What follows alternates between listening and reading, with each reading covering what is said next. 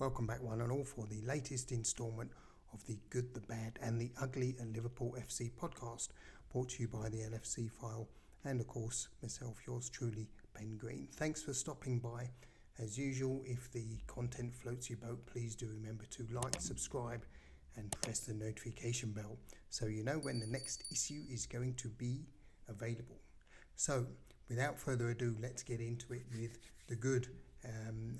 Some of you may know already, Liverpool have secured the signing of Mr. Alexander Isak, which we'll come on to later. So let's get the ball rolling with the good. And the good, of course, is without doubt Liverpool's 1-0 victory over Arsenal yesterday at Anfield. Very cagey game in the first half. I think there was a lot of wariness from both sides. I had the impression. Very tough one to call as always between these two teams. But I heard a stat that Arsenal haven't won in the Premier League, at least anyway, at Anfield for 20 years or something. And apparently I think Arteta was in the team the last time that happened. So that gives you some idea as to the amount of history that Arsenal need to overturn to become victorious at Anfield. And yesterday was no exception. They weren't able to do that, and that was courtesy of a Dominic Szoboszlai second half goal. Very well taken free kick, and David Raya would himself maybe admit that I think he did after the game he felt that he could have saved it, but to be fair, I think it was a very good free kick. Good game. As I say, pretty first half was very cagey. Second half, I think Liverpool really took the game to them. And Arsenal didn't really have much in terms of reply in the second half. In the first half, I think they had maybe 5 or 6, possibly even 7 corners. I thought Liverpool maybe had 1. But in the second half, Liverpool really turned the screw. And Arsenal really found it difficult to keep up with us. So as reported on the Beeb, Phil McNulty reports here, Eberechi Eze came off the bench for Arsenal after 69 minutes following his £60 million move from Crystal Palace. Arsenal lost defender William Saliba, a huge blow for them actually, to injury after only 5 minutes, replaced by summer signing Christian Mosquera, who I don't know, I question that one, to be honest. He wasn't that effective. Liverpool striker Hugo Ekitike had a goal ruled out for offside on the hour. It was always a bit suspect, that one, to be honest. And Dominic Szoboszlai, his brilliant free kick put Liverpool ahead with 7 minutes left. So a good result for Liverpool all round. Very happy with that, and that puts Liverpool a couple of points clear at the top of the league already with only 3 games gone. But as we know, this is very, very early days indeed. There's a lot going to happen between now and the middle of May, that's for certain. But Liverpool 2 points ahead to the good as we head into the international break on 9 points, being the only team unbeaten, with the exception of, Palace and Chelsea, the only teams unbeaten. That haven't lost, put it that way, so far after 3 games. So let's see how things pan out there, shall we? Moving swiftly on to the not bad.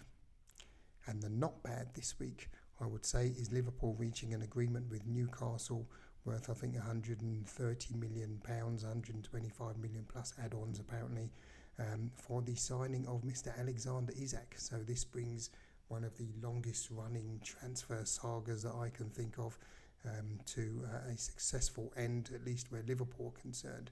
And so the Swedish international is subject to a medical and signing the contract today, all being well, a Liverpool player. And I think he will go some way to replacing Mr. Darwin Núñez, who left to the Saudi Pro League earlier in the window.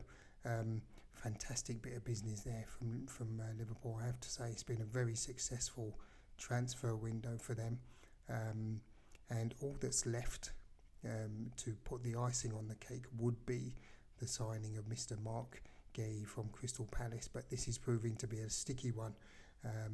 And the Mirror reported this morning, of course, that Crystal Palace manager, understandably, Oli Glasner, is reluctant for the club to sell Marc Guehi to Liverpool for £35 million for any fee at all. Actually, he wants him to stay, but I think business and finances may well get the better of Mr. Steve Parish at the end of the day.